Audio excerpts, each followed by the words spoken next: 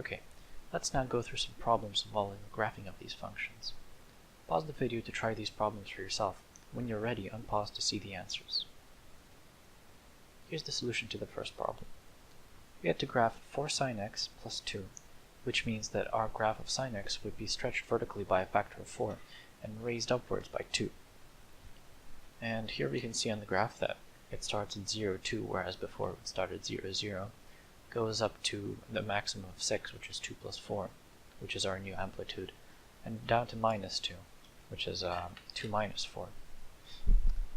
All the period remained the same, therefore all the x-coordinates of the peaks and troughs remain the same.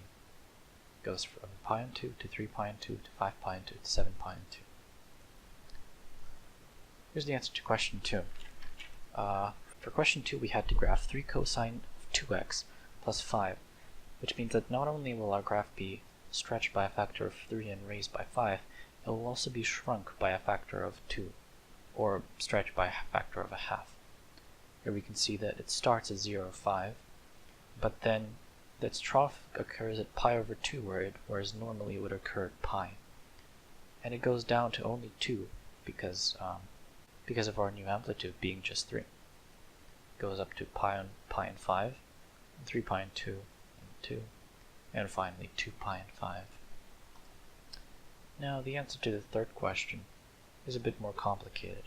We had to graph negative tan of x minus pi over 2. This means that our tan graph would be flipped in the x. This means that our tan graph would be flipped in the x-axis and shifted over by pi over 2 to the right. Here we can see that it is indeed flipped over.